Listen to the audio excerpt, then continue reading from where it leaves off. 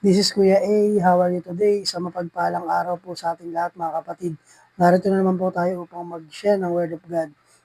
Kapatid, ingat tayo sa mga tinatamasa nating blessing. Alam niyo ba kapatid na hindi lahat ng blessing galing sa ating Panginoon. Maaring ang blessing na tinatamasa mo ngayon galing sa masama, galing sa kaaway. Hindi niyo po ba alam na kahit si Satan kaya niya mag-bless ng tao, kaya niyang ibigay sa inyo yung mga worldly na gawain. Minsan nabubulag niyo tayo sa mga material na bagay. Sinabi nga po sa Matthew 26:41 na magbantay kayo sa panalangin upang huwag kayong madaig ng tukso. Ang espiritu ay nakahanda, ngunit ang laman ay mahina. Totoo po na mahina ang ating laman. Kasi tayo po ay nasa katawan tao pa at nasa makamundong gawain. Tayo po ay open sa tukso. Maaari tayong matukso ng kahit sino man. Minsan gagamit ang kaaway dyan ng tao, kamag-anak, kapatid, or ultimo magulang natin pwedeng gamitin ng kaaway sa atin.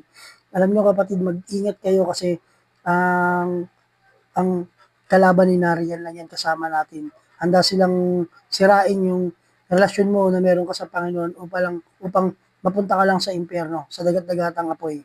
Kaya sinabi nga sa John 10:10 na dumarating ang mga magnanakaw para lamang magnakaw. Di ba kapatid, malinaw na sinabi na dumarating lang sila rito para magnakaw, para pumatay at manira. Hindi sila naparito para um, magbigay ng biyaya na nagmumula sa kalangitan dahil ultimo ang demonyo naniniwala na mayroong Diyos. Ultimo na ang demonyo ay takot sila rito dahil naniniwala sila na isang pitik lang ng Panginoon ay kaya sila maglaho. Pero pinahintulutan ito dahil naging makasalanan tayo mga tao dahil naging makamundo tayo kaya ibinibigay ng Panginoon yung mga challenges na ganito sa atin. Kaya kapatid, mag-ingat tayo sa mga blessing na natatanggap natin, sa mga biyayang hinihingi natin, at sa mga biyayang um, ginagrab natin dahil hindi natin minsan alam na imbis na mapapurihan natin ang Panginoon, ang kalaban na pala si Satan ang ating napapapurihan. Yun lamang kapatid, God bless sa bawat isa, iba kapag may alam ka sa salita ng Panginoon.